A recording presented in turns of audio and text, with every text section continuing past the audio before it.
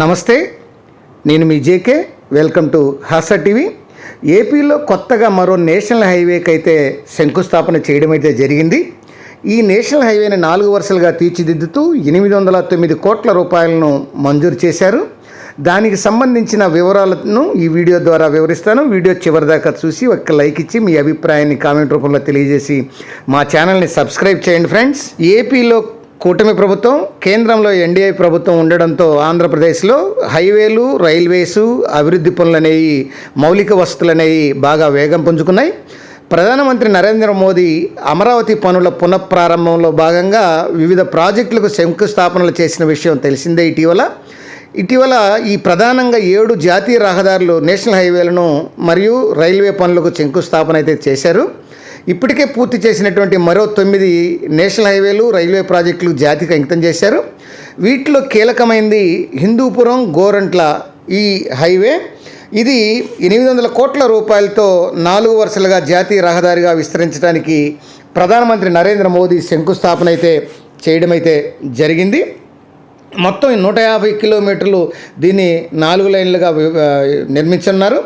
ముద్దనూరు నుంచి B Kothapalli junction వరకు, అక్కడి నుంచి గోరంట్ల మండలం తిప్పరాజుపల్లి వరకు, ఆ తర్వాత హిందూపురం వరకు దీన్ని పలు రీచ్లుగా అయితే విభజించారు.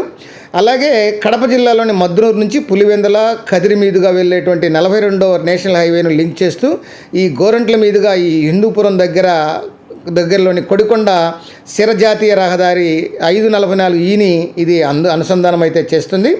ఇక కొత్తపల్లి నుంచి గోరంట్ల మధ్య 57 కిలోమీటర్ల మేర 840 కోట్ల రూపాయలతో అంచనా వ్యయంతో పనులు వేగంగా జరుగుతున్నాయి.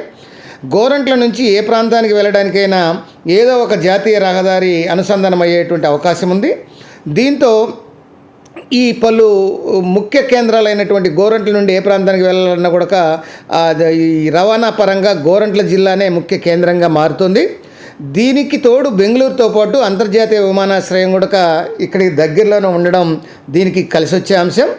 శ్రీ సత్యసాయి జిల్లాకు తలమానికంగా నిలుస్తున్నటువంటి బెంగళూరు, అమరావతి మధ్య 19,320 కోట్ల అంచనాలతో 14 ప్యాకేజీలుగా 14 ప్యాకేజీలుగా 6 వరుసల జాతీయ రహదారిని అయితే నిర్మిస్తున్నారు.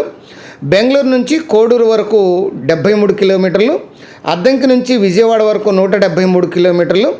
బ్రౌన్ ఫీల్డ్ ఇదివరకే వినియోగంలో ఉండడంతో ఎంపిక చేశారు. కోడూరు నుంచి అద్దంకి వరకు 343 కిలోమీటర్లు గ్రీన్ ఫీల్డ్గా విభజించారు. మొత్తం మీద ఏపీలో నేషనల్ హైవేల పనులు స్పీడ్ అందుకున్నాయి. కేంద్రం సహకారంతో ఈ యొక్క నిధులనేవి మంజూరు కావడంతో పనులు ముందుకు సాగుతున్నాయి. దీనిలో భాగంగానే ఈ హిందూపురం, ఈ యొక్క గోరంట్ల రహదారి కూడా ప్రధాని నరేంద్ర మోదీ శంకుస్థాపన చేయడం, పనులు శరవేగంగా సాగుతుండడంతో ఈ కడప, హిందూపురం మధ్య ప్రయాణం అనేది మరింత సులభతరం కానుంది. అది ఫ్రెండ్స్, మరొక అంశంతో మళ్ళీ మీ ముందుంటాను ఫ్రెండ్స్. జై హింద్.